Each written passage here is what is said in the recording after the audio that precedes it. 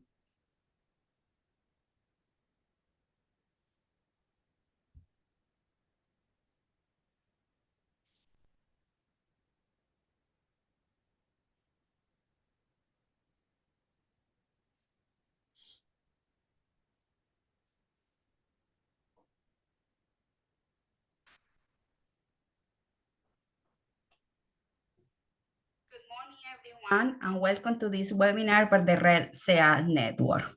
This webinar will be conducted in Spanish and English, and we will provide simultaneous interpretation in Spanish and English. To hear the interpretation, you need to click on the glove icon on the lower right corner of your screen. When you click on this icon, you will be able to select the language of your preference. You can also write your questions by clicking on the Q&A button. Thank you very much for your participation and welcome. Buenos días a todos y bienvenidos a este webinar de la red SEAL. Este webinar será en español e inglés y contaremos con interpretación simultánea en español e inglés. Para acceder a la interpretación, solo tiene que seleccionar el icono del mundo que se encuentra en la esquina derecha inferior de su pantalla. Hagan clic sobre este icono y podrán seleccionar el idioma de su preferencia. También pueden hacer sus preguntas por escrito usando el botón de preguntas y respuestas. Muchas gracias por su participación y bienvenidos. Ahora le doy la palabra a David Rosas, jefe interino de I la... will give the floor to David Rosas, Interim Chief of the Division of Labor Market. Good morning, everybody. Please be welcome to this new webinar of the SEALC Network. Hopefully you will enjoy it. I would like to start by thanking the persons that have joined us and all the attendees, everybody who's connected, the panelists and institutions that collaborated to hold this webinar, like the ILO and IDB and other partners. In this webinar, we will go over the labor market systems, which are tools managed by the employment public services. That is why we have 4 wonderful panelists who will give us an intro on these systems. Then we will go over 2 cases, one regional case with the Labor Market Information System of Chile, and we have the experience from the Public Employment Service of Brussels. And we will be closing the webinar with the IDB presentation of the laboratory and how it's going to be very useful for the employment services of the region. We picked this topic today of public employment services and labor market information systems because they are key for the public employment services to support the recruiters and employees to have success in the labor market. These are helpful to reduce the barriers of information, which is fundamental to promote a better adjustment between the demand and the demand in the labor market.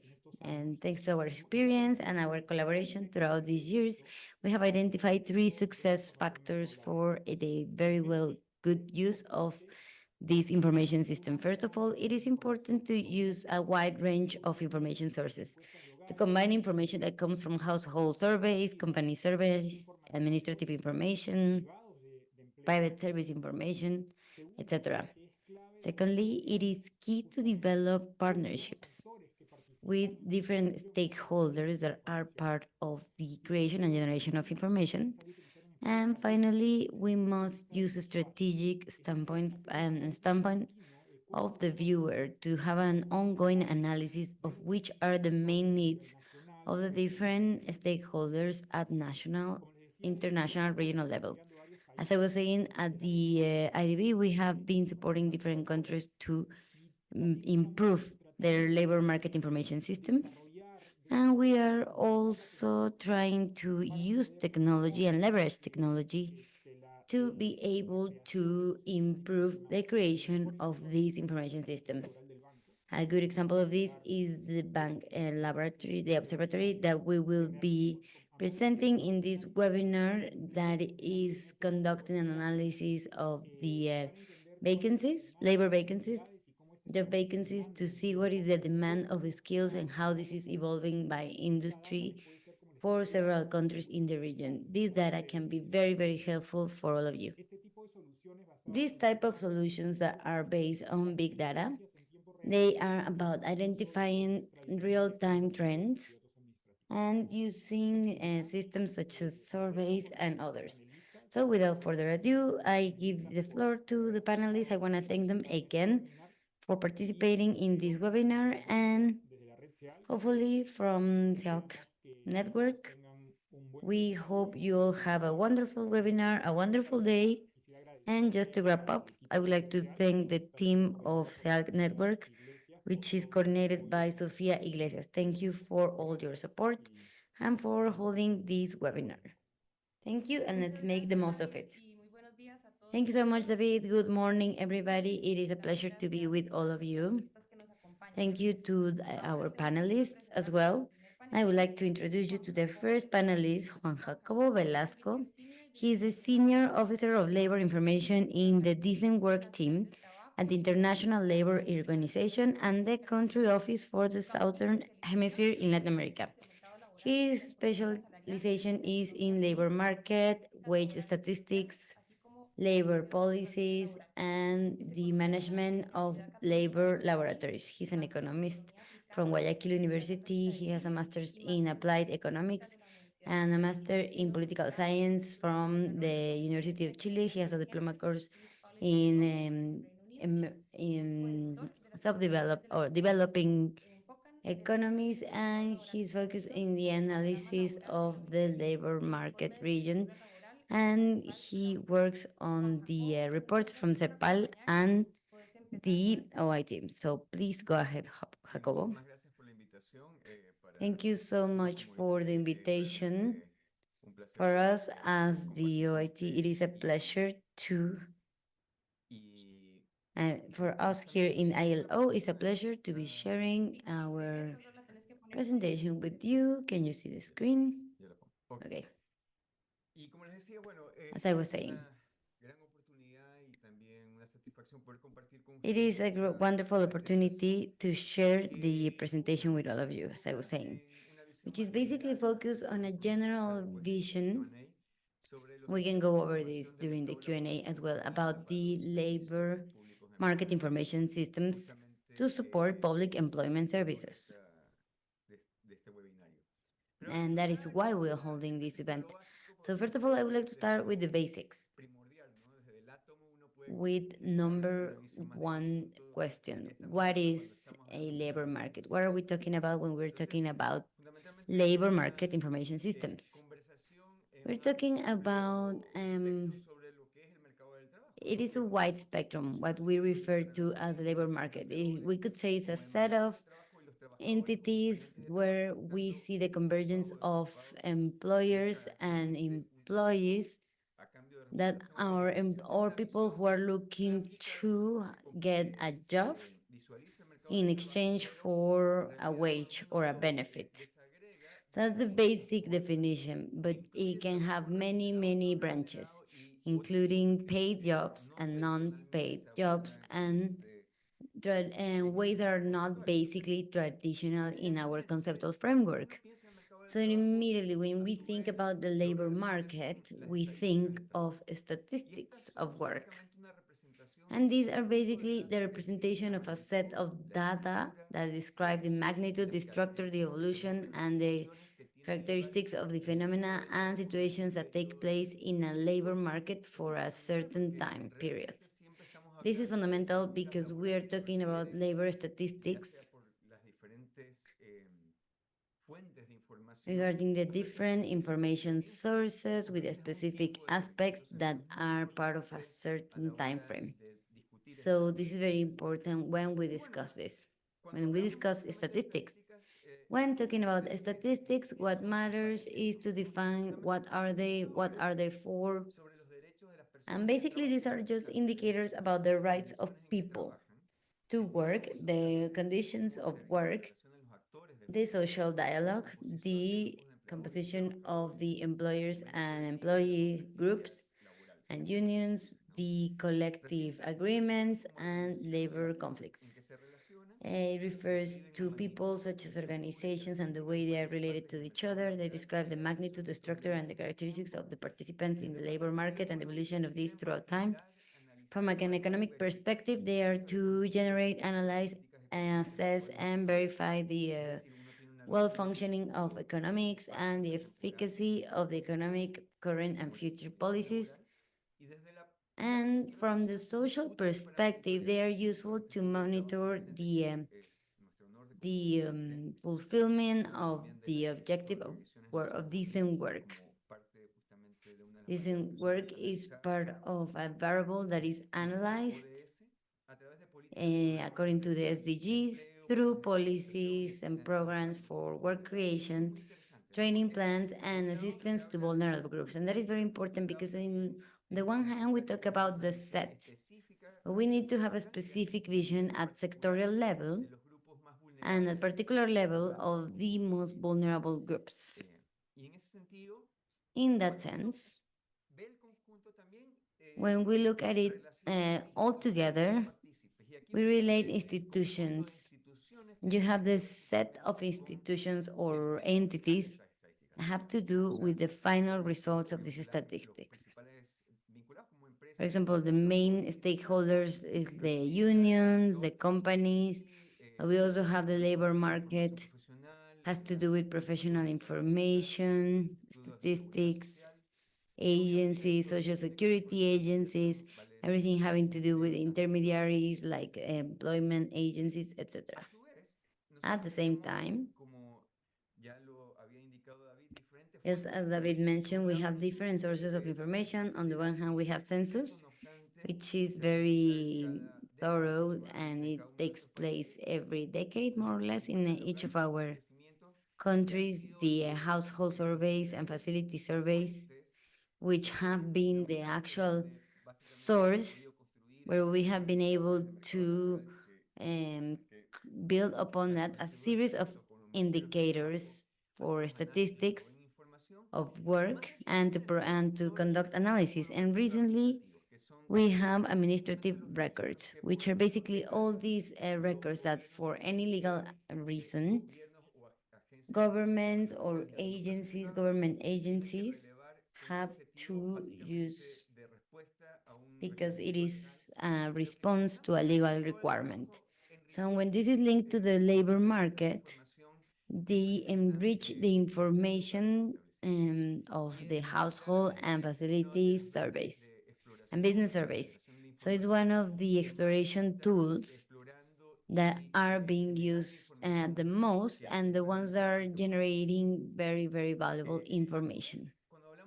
At the same time, when we're talking about work statistics, they allow us to know, to understand the labor market, to create diagnostics, and to design policies, which leads to monitoring the impact. And it allows us to conduct an impact assessment. So, this set of tools for the labor market information systems, they allow us to generate better policies with a higher impact. At the same time, we have this vision that the ILO has been Sharing since the end of the last decade has expanded all across the globe. Now 3 countries have used them in our region, which is El Salvador, Chile, and Uruguay, and others on a set of 6, 7 countries are now in the stage of implementing them.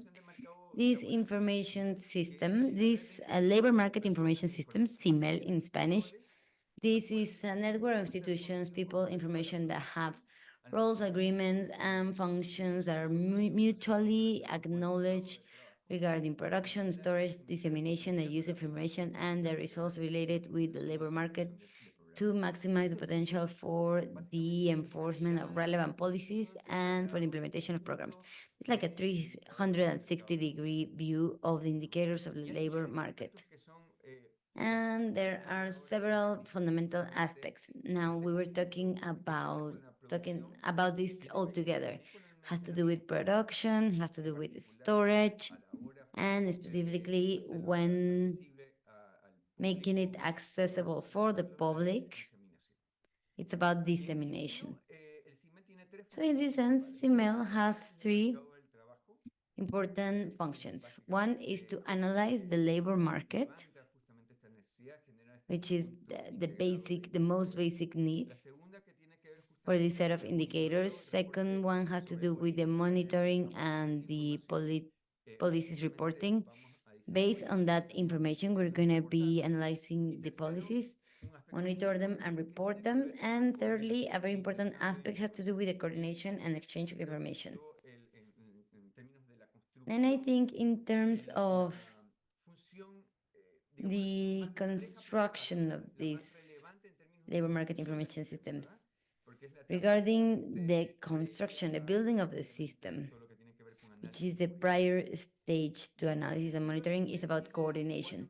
So in this sense, CIMEL or LMIS has 4 components. One has to do with the collection and compilation of data and information through information sources. On the other hand, we're talking about the repository of information, that is to say, data and indicators, and at the same time, metadata of all of these indicators, like a description of the source, of all the constraints, etc. Disaggregation of data, etc.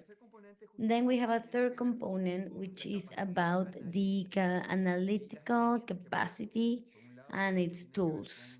On the one hand, everything that has to do with the first level regarding the follow-up indicators. Basically, it is about establishing a baseline and a set of indicators that might be established across different stages. Secondly, the vision of the relationship analysis between these indicators. And a third level has to do with the research aspects that probably will generate econometric models and forecasts about the evolution of the labor market, which allow us to anticipate the demand and offer. And then for component that is fundamental has to do with governance. That is to say, the institutional arrangements and networks for the system. So it is very, very difficult to accomplish because mainly all institutions that generate labor information, they work in different compartments. So one of the aspects that from the beginning was emphasized since we started out with CIMEL was about having good governance, so that all these compartments are part of a whole vision, a unified vision. One thing that is very relevant when thinking about data sources is that no data source can satisfy all the needs of information by its own. For example, talking about indicators that come from household surveys, these these go over a wide array of topics, but probably in some countries, the development of the administrative records, like in the case like of social security that can provide accurate information about this, and formal workers in a country. I mean, we can have different indicators, and depending on the source, they complement each other, or they need other sources of information to be completed. So we need to use all available sources, taking into account the strengths, limitations of each of them based on metadata. Then, on the other hand, we use work statistics of different sources throughout time, which needs coherency regarding concepts, definitions, classifications, reference timeframes, and methodologies. And this leads to statistic standards. And in particular, CIMEL wants to have an standardization or a harmonization of these standards. And this is a fundamental piece, unlike other efforts made in observatories, which basically gather information. But in general, what we see is that there is a minor effort in terms of harmonization. So this is a fundamental conversation about how every piece of data from any survey or record leads to more information or more occupational categories. So that is important because you need to understand the harmonization and standardization efforts, which are highly relevant, but they also guarantee the interconnection between the indicators of these information systems. The indicators here, it is important to see that the ILO proposal is a set of indicators that had to do with the concept of work and also with the SDGs or ODS in Spanish. And here we see a set of lines like work opportunities, proper income, productive employment, decent work hours, etc. Many of these areas have indicators of the ones that have been identified are being used, but we have others that can be used in other stages. On the other hand, I want to reflect here on what lessons have been learned here at the South Hemisphere. On the one hand, we have the importance of governance, and a clear governance system facilitates coordination and dialogue between all stakeholders in the generation of work statistics. Us, as ILO, we always propose two leading agencies. On the one hand, the INE of every country. So two of these authorities can be the leaders of these efforts. On the other hand, email is a process that creates an engagement because all the information producers identify the relevance of information that they make, how this contributes with a major universe of indicators. This is this is why we have this vision of compartments. And when CML is seen as a process, it contributes to identify all possible aspects to consider for labor statistics to have a dialogue. On the other hand, it's an opportunity. When we see this together, we may identify use opportunities for the purposes of creating policies. And this has to do with the public employment services. It is fundamental to have a system that generates conditions for a social dialogue that is informed and that leads to better employment policies, including SPEs, and well, or including public employment services, the evaluation and follow-up of the impact that employment politics have in the labor market. On the other hand, part of the employment policies, as part of the employment policies, the strengthening of the information systems should be a priority. So in a way that we have more users, more important it will be. And this creates positive pressure for an ongoing strengthening of the information systems. And finally, the role of social actors, both workers and employers, it is fundamental to improve the production of information and to make the analysis worth it. So, without further ado, without extending further, I just wanted to thank you for the opportunity. Thank you so much, Juan Jacobo. What an interesting and helpful introduction before we introduce you to the next panelist. Just wanted to tell you that throughout the webinar, you can all post your questions in the Q&A box on the bottom side of your screen. Some of these questions can be answered directly by the panelists also. So the questions are popping up in the chat box. So if you want to go ahead and start answering, go ahead.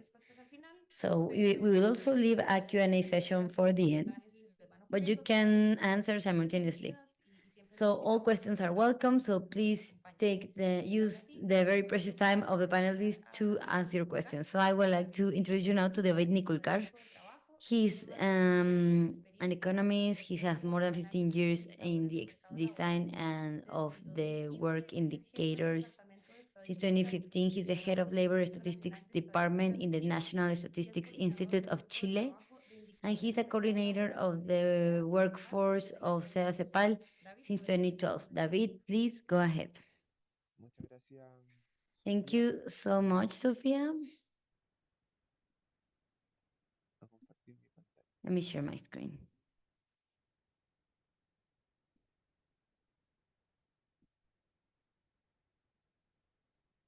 ¿Me confirman que se ve bien? ¿Todo bien? Please confirm you can see my screen, okay? Ok. Bueno, probablemente repita algunos conceptos. Okay, que well, ya probably I mencionaba will be Francisco, en repeating darle some of lo más the posible concepts para that Juan que Jacobo mentioned. I'm going to try to be as fast as possible con respecto a la to get to the información core of this. demográfica, And regarding the importance of work statistics, mencionar que la just wanted to información mention that the demográfica importance estadística of the es proveer statistics información office que sea precisa, in providing information that is transparente, accurate, eficiente, reliable, con timely análisis for this design and for the monitoring of public relacionados con policies el mercado laboral. related to Y eso the es labor una market. I premisa believe importante que it's an sustenta important también premise el lenguaje that colaborativo supports y the collaboration efforts este diálogo and dentro del somehow sistema. this Ya dialogue lo within voy the system las voy a profundizar. that I will talk more in depth. En el caso de Chile, In the se case conformó of una Chile, mesa de we coordinación put together a de coordination workforce trabajo, for the statistics y of en esta work. mesa, participa el In Ministerio del this table, Trabajo we y have las the instituciones que dependen directamente Labor del Ministry trabajo, and the labor la institutions such as the Secretaría Undersecretary de Servicios of de Work, Trabajo, Undersecretary of Social Provision, Related Services, Seguridad Social, Work Management, the National Service y for también Training and Employment, Superintendency of Social Security, the Retirement Superintendency, the National Statistics Institution, and the ILO South Hemisphere Office for Latin America. We have defined some specific objectives, which is to coordinate and to implement the information, well, the labor market information system, which is the core of this webinar. There is an other objective. It is about promoting and making these institutions, these agencies, asking them to share in record information so we can build more reliable statistics, looking for opportunities, production, cost saving, and that is part of the objectives of this workforce.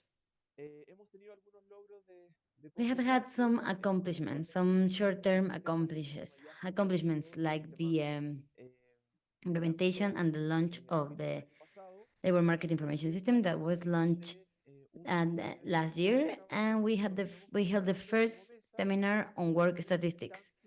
So the purpose was to have a cooperation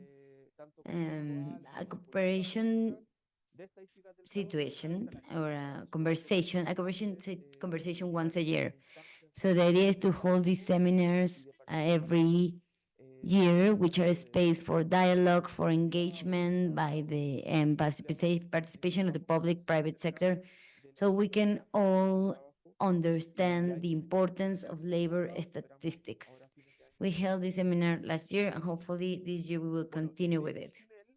So the CIMEL or LMIS project in Chile, it's based on the same premise that Jacobo just mentioned. It is there in the presentation. We started the implementation in 2022. We had important milestones with the expert from the ILO, from the Geneva's offices. They came and helped us implement the system. Then talking about governance, this is very important and it's something that Jacobo mentioned. This supports the development of this information system. We have this coordination workforce, which is led by the work ministry, and we have different stakeholders, which are institutions or work institutions that have different sources of information like surveys, records linked to work practices, and governance has to do with installing this information system, and at the same time, it is about having a website where you can include documentation on research related to work, which is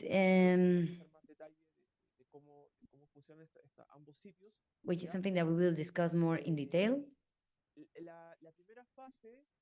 And the first phase had a set of indicators, more than 60 indicators during the first phase. However, we are working on the second phase where we're going to be using more indicators. And what's really interesting, it's not just about including indicators that have been proposed by institutions. It's also about looking for a space where users, researchers, agencies that are not part of the system to demand new indicators or to suggest new indicators for the system. Therefore, these indicators will be assessed according to their relevance to see if they are difficult or easy to calculate, and they will be part of the labor market information systems. This is an interesting dimension because it is about echoing the system in our surroundings regarding the demand of information. So as an implementation strategy for the first phase, we have those who have to upload the statistics into the system. We have to have an IT infrastructure, of course, which is part of the INE servers. The IT support is provided by the INE, and which is a national statistics institution. And also INE is part of the community of the labor market information system, and therefore we are able to get improvements or refreshments of the system.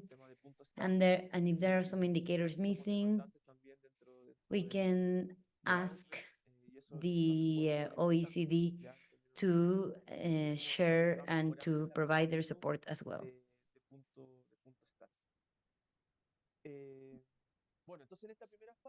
So in the first phase, INE is responsible for uploading these indicators. And now what we're doing with the corresponding agencies or entities is now that they are becoming responsible on their own to upload these indicators into the system. That's something I mentioned but didn't really talk in depth. Talking about the labor market information system proposed by ILO is based on a standardized system, the StatCore, which is a standardized system and allows for the exchange of information, and it allows also for interoperability of systems. So we are moving forward with the second stage, where institutions are responsible for uploading these indicators. So I'm not going to talk in depth about the conceptual framework. Now, talking about the different conceptual frameworks that might exist coming from SDGs, the concept framework of indicators of published by the ILO, for example. What we did as a workforce is that we decided to put together all the recent work indicators, which is a very robust conceptual framework, which has many dimensions and which guarantee that the system will be as wide enough as possible in terms of the analysis, sharing, and indicators. So here we have like the different work opportunities, that the decent work dimensions, we call them, like work opportunities, right, appropriate income, decent work hours, etc.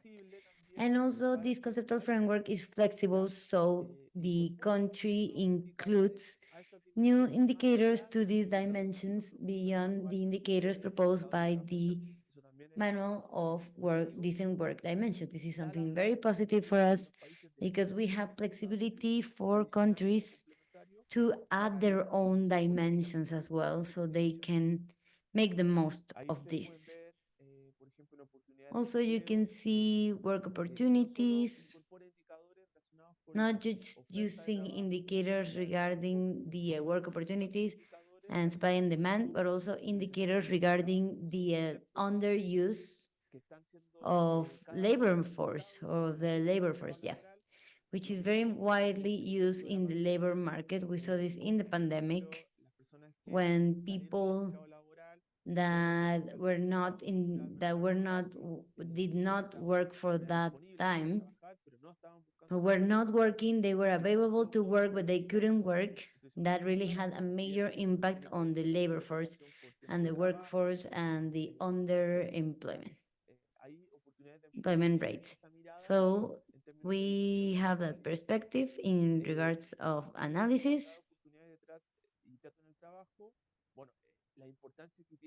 and also the importance of each and every one of these indicators to have to care about the gender gap, which is very relevant for the framework as well.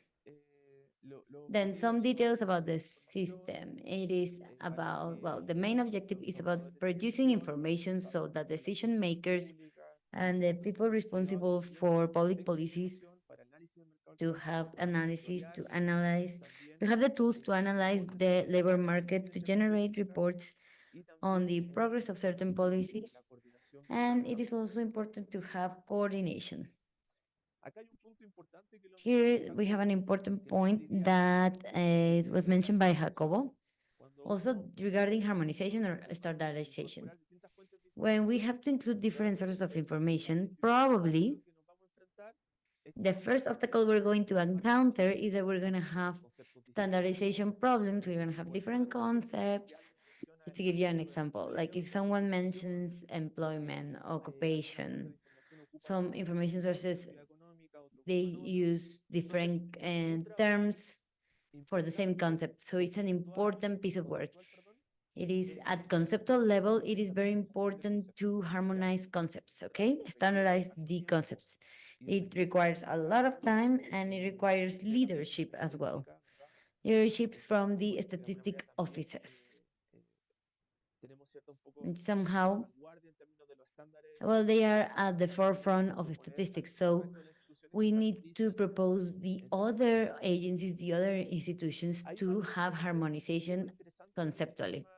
In that green box, you can see something very important, that in our CIMEL of Chile, we have reference metadata for each one of the indicators. This was not originally in the system. It's like a plus, an extra that we added to our CIMEL in Chile, and hopefully another statistics office, other statistics offices will apply this as well. We have here a list of first phase indicators. We were talking about 76 indicators. Mainly we have the two first dimensions, but we try to have in every dimension, we want to have at least one or two indicators. And out of these 76 indicators, this is translated into 210 statistic frameworks. And then regarding the institutions or the entities that fit this database, obviously we have the statistics officers that are the main contributors. We also have other entities, like other institutions that are also contributing with indicators coming mostly from statistics. Then we have the platform, we have cmel.gov.cl, which is the login site for CMEL stat. And you can see who we are, who's working on that, information related to the objectives of the system. We have a direct link to CMEL stat website, and we have the main indicators and have been updated. And you can also choose the tab, the different tabs with different indicators. So we have the dimensions here, and in every dimension, you may choose some of the indicators that you can have. Now we're talking about CML.de. We have all the 76 indicators. We have a search panel where you can search by keyword, by institution. There are several ways of looking for this indicator. Now, finally, going into the lessons learned. I think it is important to highlight institutional coordination, where stakeholders sit down and talk about the first steps. CML is this space for dialogue, and it is very important for institutional coordination. Also, it is about leveraging the scale economies. It is about understanding that it's better to have one good information system than having different information systems, instead of having to waste on and to spend on too many IT systems. And then it is about also leveraging the use of administrative records for statistic purposes. This is a lesson learned that has been demonstrated with facts that it has good results. Then challenges. Sustainability in time. We want the platform, we need to have the platform in English as well. We need to update some of indicators. We're working with the ILO and the community to advance on this. And I was showing you the first phase. In the second phase, where in 2025 we will have more statistics, more indicators, and we are open to hear the users on this. So hopefully I did not extend. I made the most of my time. Yeah. Okay, thank you so much, David. It was very interesting to hear Chile's case. Normally, the members of the network want to know about it. So before I introduce you to the next panelist, I want you to remember once again that in the bottom side of the screen, you have a Q&A tool. And let me remind you that the panelists can also go into the Q&A, and panelists can also answer questions in the chat. At the end of the webinar, we will have a Q&A session, but you can start posing your questions now so we can make the most of their time. So without further ado, I am very glad to introduce you to our next panelist, who is Oliver Azuara, who is a lead economist in the labor markets division in the IDB, with approaches on the work and the future of work, labor policies, his work on the evolution of labor markets with the evolution of technology. He's a collaborator of the labor laboratory of IDB. He came into IDB in 2012.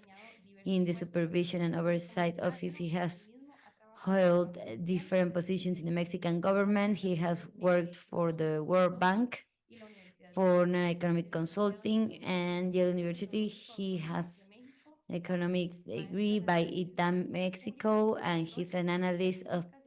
He's an specialist in public policies and has a PhD by Chicago University on public policies. So please go ahead, Oliver. Thanks so much, Sofia. Thank you for your invitation. I'm very glad to be here and to share with very distinguished panelists. And we'll be sharing my presentation, and we'll be sharing a tool that we have been building at the IDB for the last years.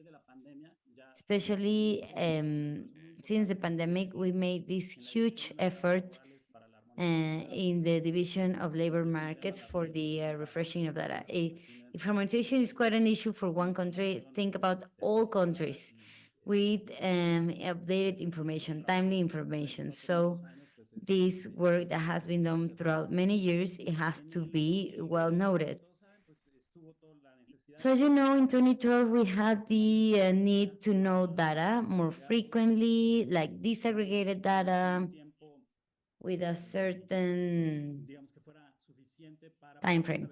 We needed to know in time which were the sectors and the people more affected by the pandemic. And that is how this lab came to place, because it was born in 2020 with household surveys, and we needed to know the effect and the impact on labor markets.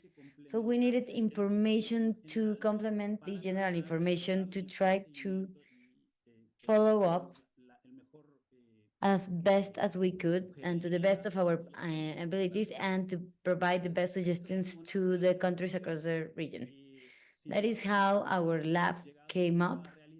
And now that we face a new reality with a lot of technology, where we have seen that, especially the way that people are looking for work and all the turnover, everything was impacted by the pandemic. So since last year, we stopped using the COVID approach, and we decided to include new tools that we've learned throughout the years, so we could try to know exactly what are the skills and restrictions and the restrictions we had with the existing information when gathering information across all countries. So we wanted to know a little bit more about the global trends of the labor market and how this is changing. Because normally we see pictures that don't let us know for sure or for certain what are the real trends or changes, because sometimes we don't understand how dynamic the labor market is, with all the turnover of people and with formality and informality in just, and also the turnover in one single company. So this is giving us timely information,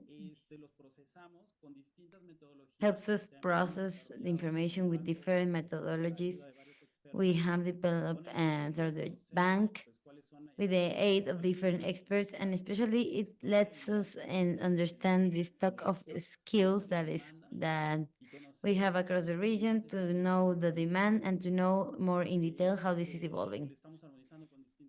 We are doing the standardization with different sectors and different sections, and since 2023, we included work statistics, more details about work demand. This is something that we're doing by based on data collected by Google Jobs, and the work and the agenda we have with INVIV. Also, methodology about the different occupations of different countries, and discussion on how employment discussion is taking place in every country.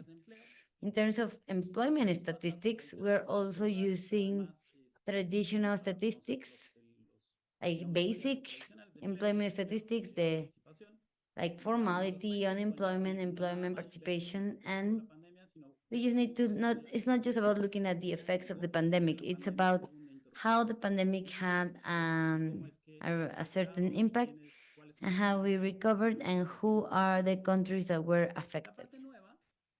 The new the new tool or the new section that we are refining every single month and that we're improving every month is that through data collected electronically where the different companies are being announced and that don't necessarily go through public sites is the sites that publish or post this data. So we don't want to just focus on a specific part of the population.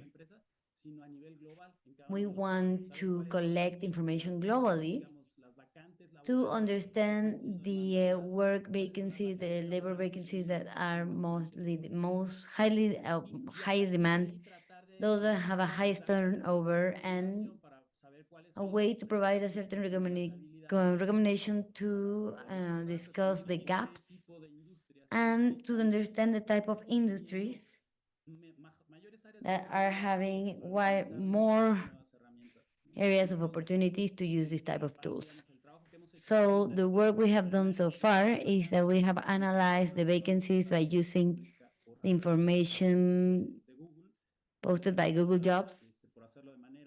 And we are doing this also through an app directly.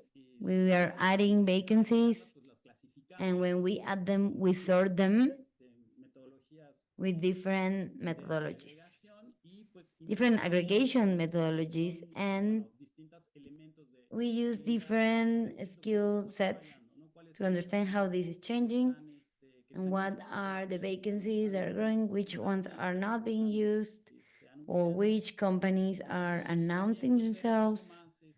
And also we want to see more in detail the type of characteristics that are being requested the most. This section also includes the work we have done for many years together with my colleagues from the bank, is the work we have done on how well we have seen the evolution of this platform throughout time, actually, or in the region. Actually, the news is that there is not much growth. There is a lot of there are a lot of areas for opportunity. We're seeing that Latin America is not growing at the speed we wished, but it helps us understand country by country. And also using the same methodology for vacancies, we do an estimate of how sustainable works or jobs are. And finally, we are having the discussion about employment in every country by using electronic sites to understand what is the sense of what is being discussed publicly. We used to have a social media discussion, but we are now seeing other alternatives to complete this because also social media are changing a lot the way they make their information available for the public. There's also a lot of information, and we are trying to put together all this information that has been produced. And as of this year, as of the second semester, we have all the work made by the system. We used to have a system in the bank for Latin American and Caribbean countries, and it will be included in the observatory so we can have the information that is standardized together with this complementary and supplementary information. There is also important information about the characteristics of the employment, public employment services, and the characteristics of the different countries where we have some sort of collaboration opportunities with among the same systems and the bank. So as a summary or conclusions, then we have a wider view of the needs of the economic systems. We want to measure which jobs and the skills are being demanded by the private sector using electronic means. And we want to understand the adoption of technology and to facilitate the dialogue with the public sector, the private sector, social sector, so we can find collaboration common grounds. We are not an institution defining standards. We are an institution that works for governments, and we always try to find the best solution for each of them. And this way, by having clear, precise information, it is easier to have a specific conversation about what can be done in the future. So this is an invitation for you to check it out. You have the QR code here. Soon we're going to be launching the site with the indicators. So without further ado, this I wrap up now, and thank you. Please let me know if any questions. Thank you, Oliver. Remember, you can post your questions at the Q&A box. Oliver needs to need in about 20 minutes. So if you have questions for him and you would like to ask him specifically something, please, I am asking you to please pose your questions through the chat box. Now I'm gonna switch to English. So I want to introduce you to the next panelist, Andre Burstein. Thank you so much for joining us. Andre is an analyst at View Brussels. Un minutito. Ya va, un minuto.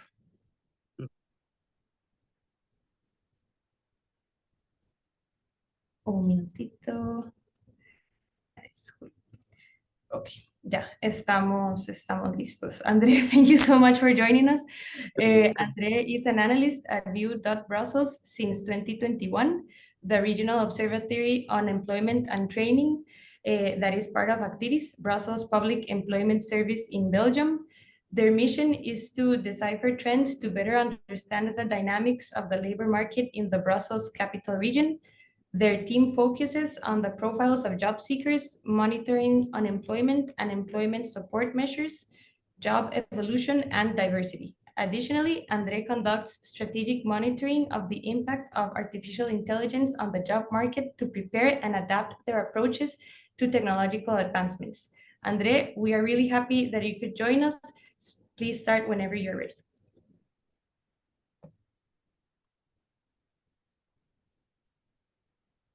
Thank you very much, Sofia. You can see my presentation. Okay, thank you very much. So on behalf of Actiris, I would like to thank the IDB for creating the opportunity of this webinar, and also Socio Plus for the promotion of Actiris and its collaborators. So as you said, I'm working for View Brussels, and I'm really happy to share with you today our work and missions in providing information and support on the employment context of the Brussels capital region. There is a brief summary of the presentation. I'll start with a brief presentation of the Brussels labor market, the history of our organization, our main work focuses, and the tools we have developed to provide information to the stakeholders of the labor market and the general public. So let me start with a very brief introduction to Actiris, the public employment service of the Brussels capital region. As you may or maybe not know, Belgium is a federal state composed of 3 regions and 3 linguistic communities. Brussels, which is in yellow here, is officially bilingual. Both Dutch-speaking and French-speaking communities are represented. And employment falls under the regional field of competencies, which led to the establishment of Actiris as the regional PES. So we have 3 levels of political governance and responsibilities: federal, regional, and cultural linguistic. So in this slide, you can see all matters related to employment are dispatched between these different levels. At federal level, you have social protection, labor laws, also payment of benefits. At regional level, which means the territorial level, we deal with employment and unemployment issues.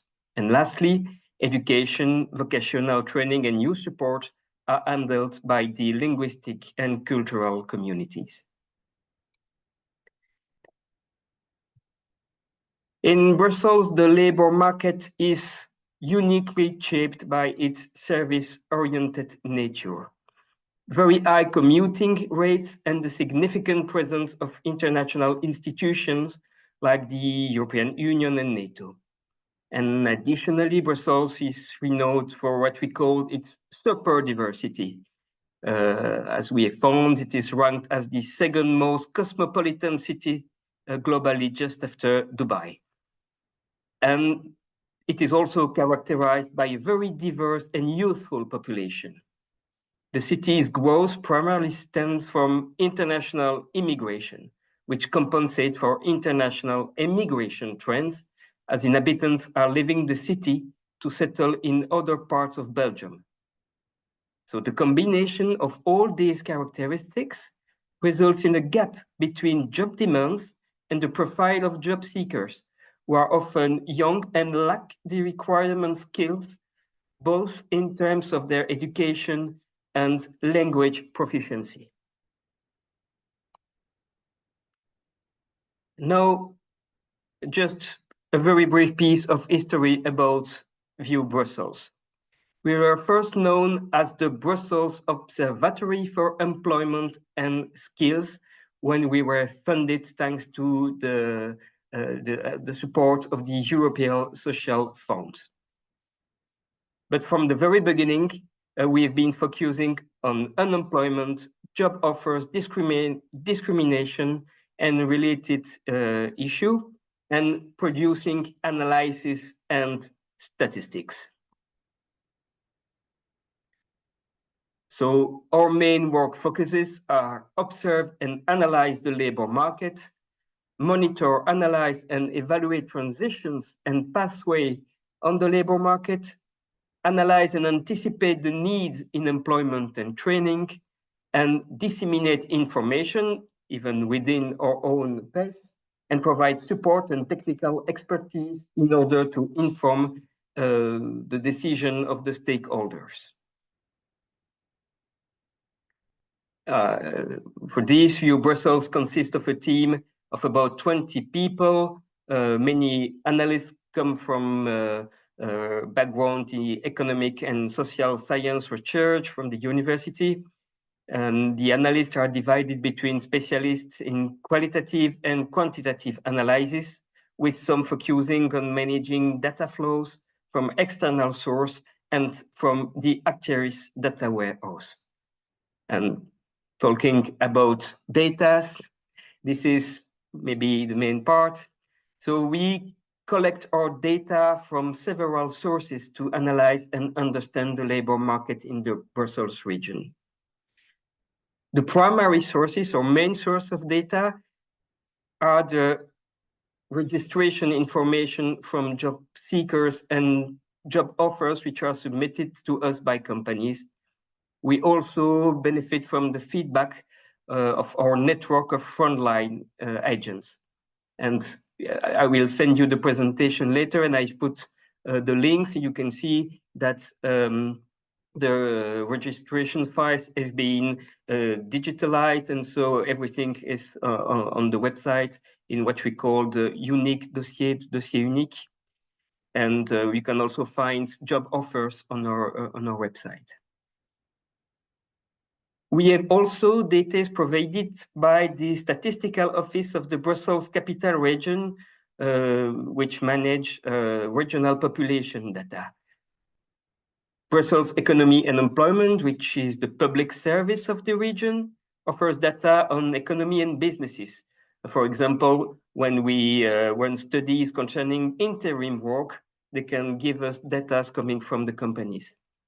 And the region has also established a technical regional committee for statistics, which is a platform of contact between all the regional institutions producing and using public data. So we can see if we share the same methodologies, we can share our feedback over data quality, and et cetera, et cetera.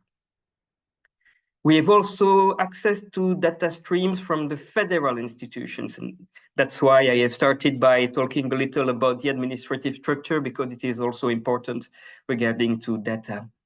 So the National Statistics Office, StatBel, produces population statistics, the census, and is also responsible for the Belgian part of the EU Labour Force Survey. So there we have inquiry data. The National Bank provides macroeconomic inputs that are useful for analyzing labor market trends. And we also extensively use administrative data from all the national security offices and all the institutions that are related. And that allows us to have information regarding unemployment and so on. And finally, we also have information coming from stakeholders of the economy, and we conduct interviews with them, and so it allows us to make trends such as identifying critical functions and profession in shortage. And as you can imagine, and that's why I put the GDPR in evidence, all these data exchanges are governed by very strict rules. Data transmission, even among public institutions, requires approval from relevant authorities and even sometimes specific legislative provisions. So for example, we had to pass a specific legal provision to grant us access to the data stream on the national origin of job seekers. And inside, in Actiris, we have also dedicated data protection officer to ensure the compliance with all the regulations. So how do we observe and analyze the labor market? What we do is covers a wide range of topics, including very sensitive issues like the measurement of the impact of the national origin of a person on their job search. You may think it is strange or it may be dangerous to collect such personal data, but these reflections are really crucial in helping policy formulation, and especially in a city like Brussels, where you have seen there is this very great diversity. And most of our analyses are publicly accessible on our website, which is in French and in Dutch, but you can find all the report analysis that we have been producing over the past years. So also a very important aspect is monitoring and analyzing the transitions and career path. This is one of the most important KPI for Actiris, these transition indicators, which we also share with our public partners in Brussels, who manage more training-related issues, Bruxelles Formation and the VDAB. So these indicators include monitoring the positive exit rate from vocational training, employment transition rate, job sustainability, and time to employment entry. And additionally, we conduct also longitudinal analysis based on our data to study this pathway to employment. We also aim at analyzing and anticipating employment and training trends, as well as skill needs on the labor market for today and tomorrow, which is especially important as I have emphasized the gap between the requirement in training and formation and the characteristic of our public of job seekers. And so what we want in facilitating the link between supply and demand, ensuring the long-term integration of job seekers, and adapting the training offer. We also provide technical support and expertise to support employment and training stakeholders. This is in addition to our analytical work. We handle internal and external requests. So we are providing methodological advice, we are providing and producing statistics as requests of the government, and we are offering technical and methodological support. We also contribute to internal projects led by other departments within our PES. And within our domain of expertise, we respond to parliamentary questions, and we participate in public policy monitoring, for example, the National Reform Plan. And we also engage in studies conducted by external research centers, either as part of steering committees or by sponsoring projects. And finally, we focus on providing informed recommendations to guide evidence-based decision-making processes. We also have been producing tools over the years, and here I want to present you our two main tools to share our expertise with the public. So on ViewStat, you can quickly and easily access key statistics of unemployment in the Brussels capital region and job offers received by Actiris. I also have put the link on the presentation, so I invite you to go and visit the site. It offers a wide range of basic statistics illustrated graphically.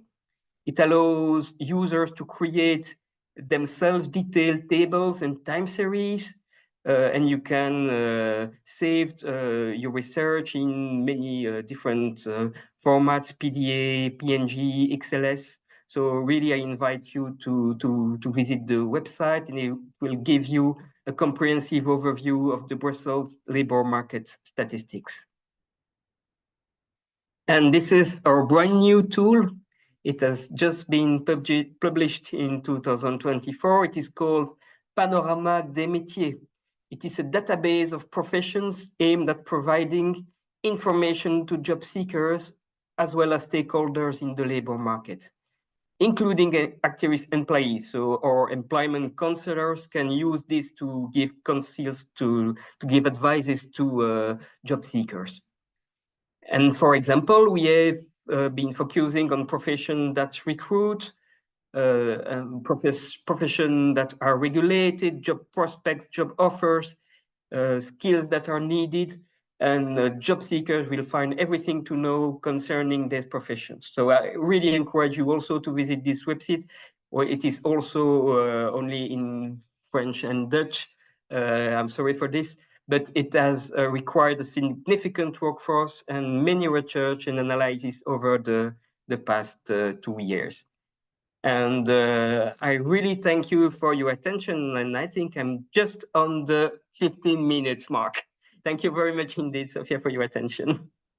Thank you so much, Andre. And yes, you were right on the time mark. And actually, Oliver was a little, he went ahead. We're still seeing your background. 3 beautiful monkeys. Beautiful monkeys. Sorry. No worries.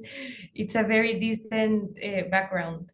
Thank you so much. So now we can start in our Q&A. I'm going to switch to Spanish for this section.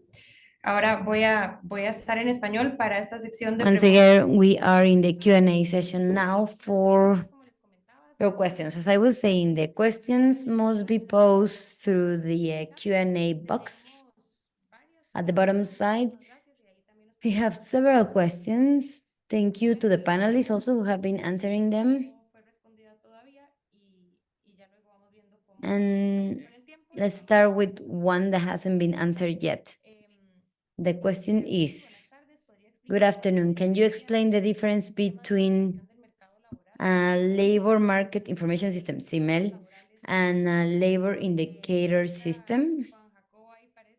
Juan Jacobo seems like he wants to answer this one. So please, Juan Jacobo, go ahead. Yes, of course.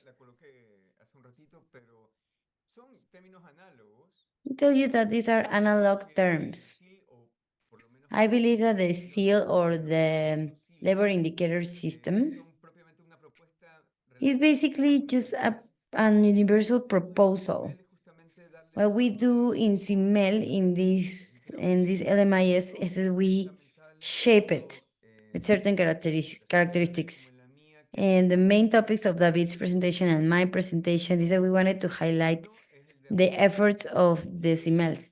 One is harmonization, which is a key aspect because data is not standardized.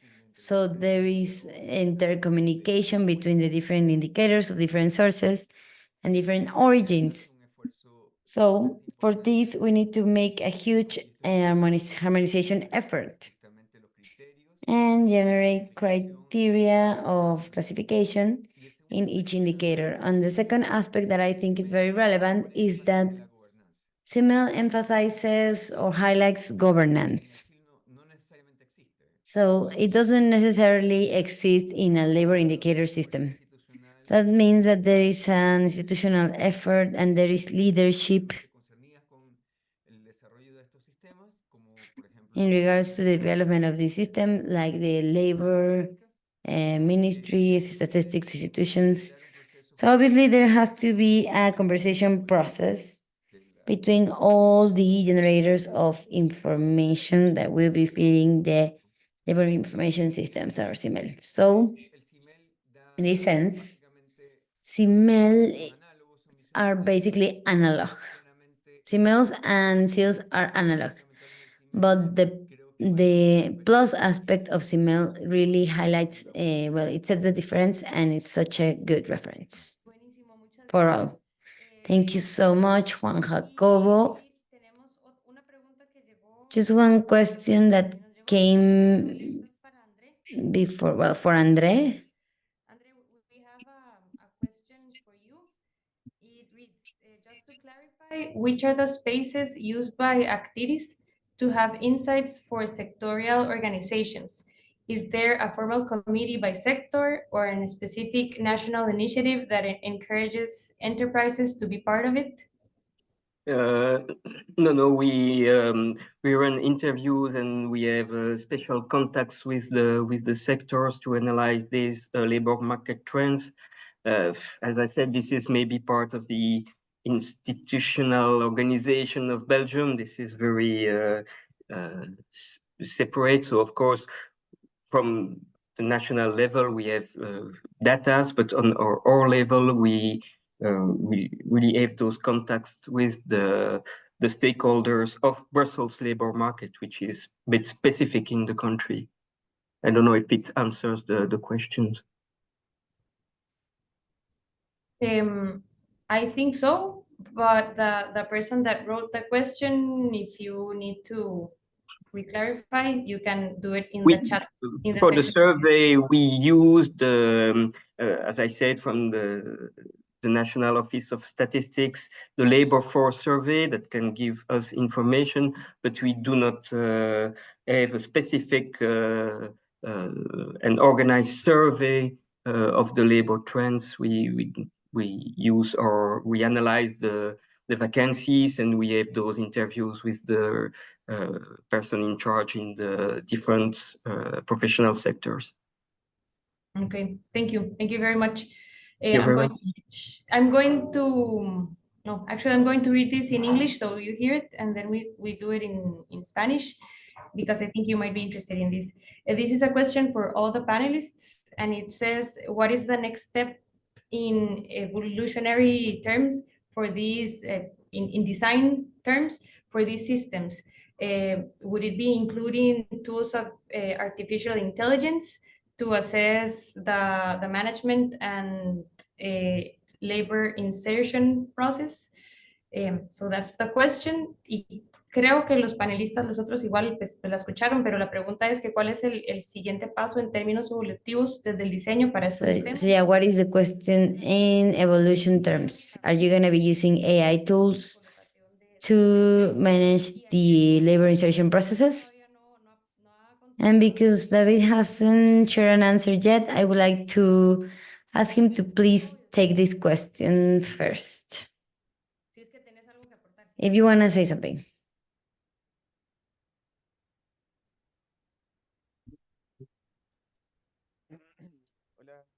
Hello.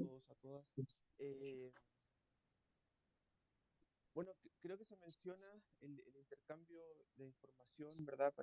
I think information exchange is mentioned for the purpose of producing statistics and changing the traditional, like stepping away from all traditional ways. It's not just about surveys, like household surveys or business surveys.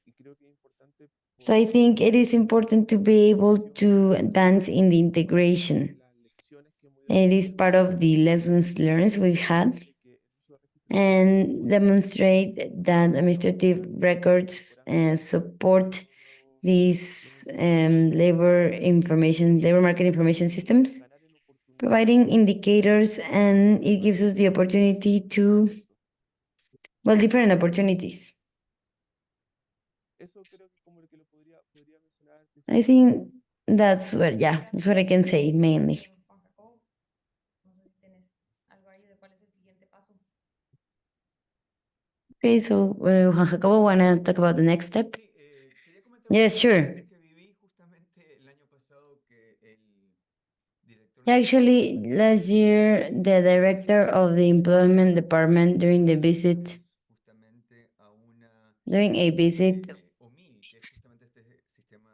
we went to see the public employment service agency, and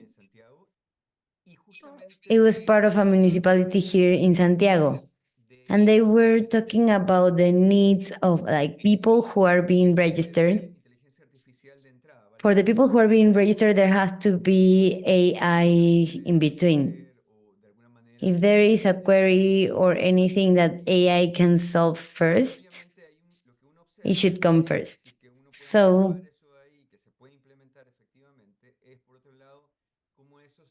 if this is able to be implemented, then this can be fed back with relevant information based on a labor information system or a CML system.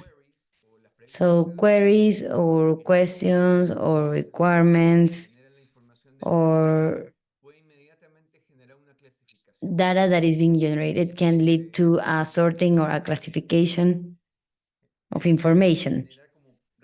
And this way, this can generate ad hoc answers and can give you customized answers, and it facilitates the conversations between the system as a whole and the services provided by the public employment services. So yes, with AI, you can anticipate that there will be an integration of information in real time and automatically. But it also depends on the level of the capacity of the participants for public employment services and users to interact with this information. Because it is one of the things that will take some time, but normally users probably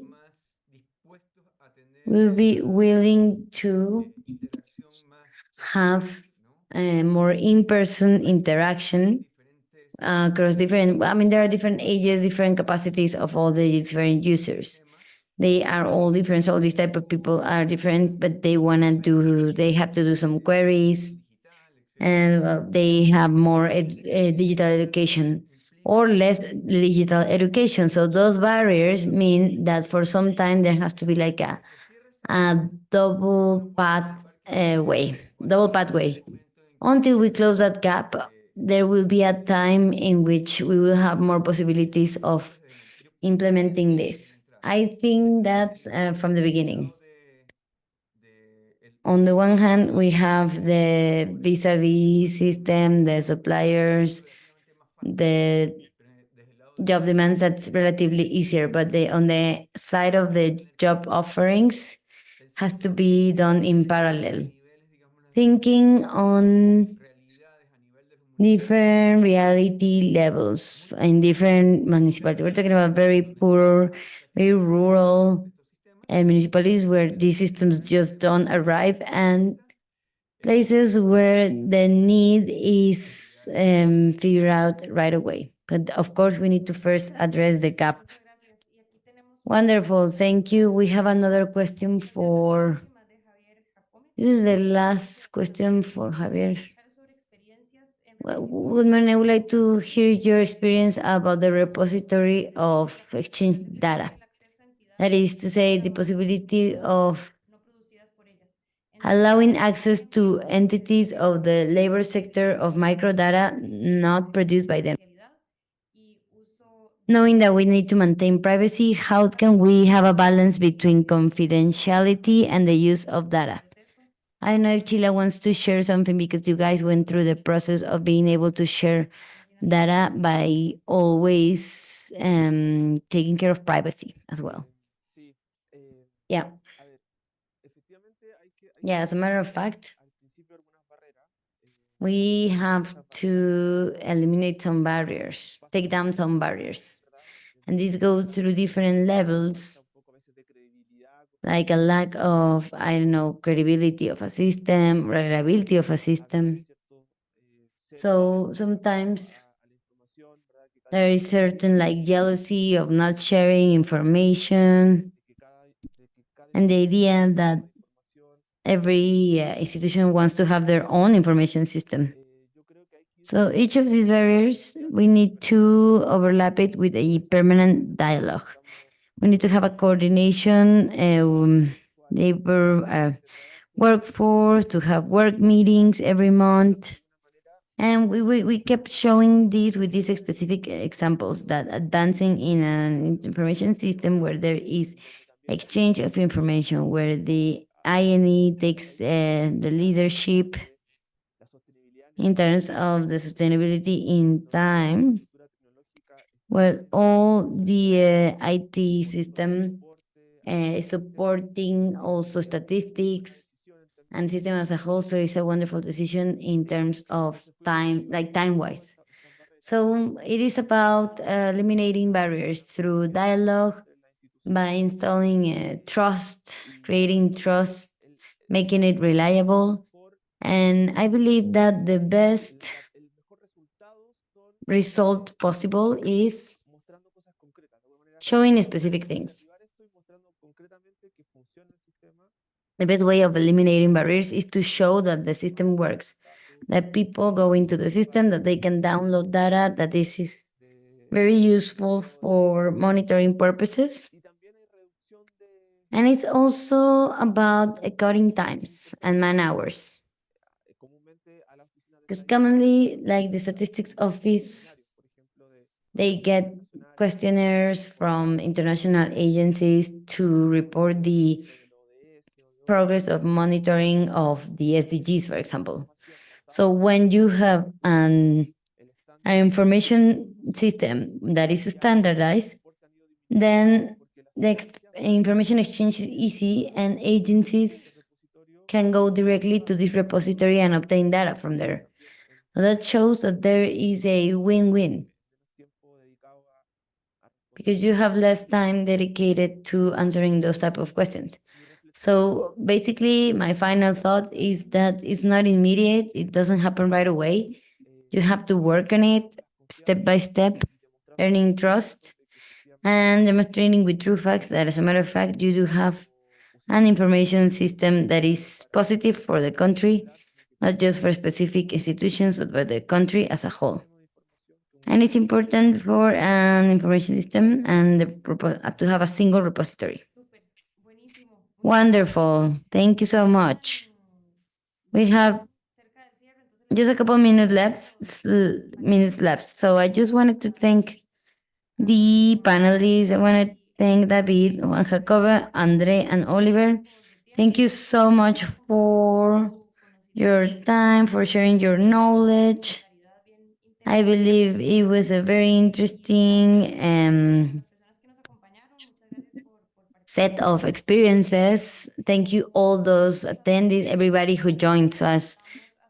We normally do in a couple of weeks. We will post a link about the webinar, and you will find the presentation of the panelists, and you will be able to have access to the materials as well.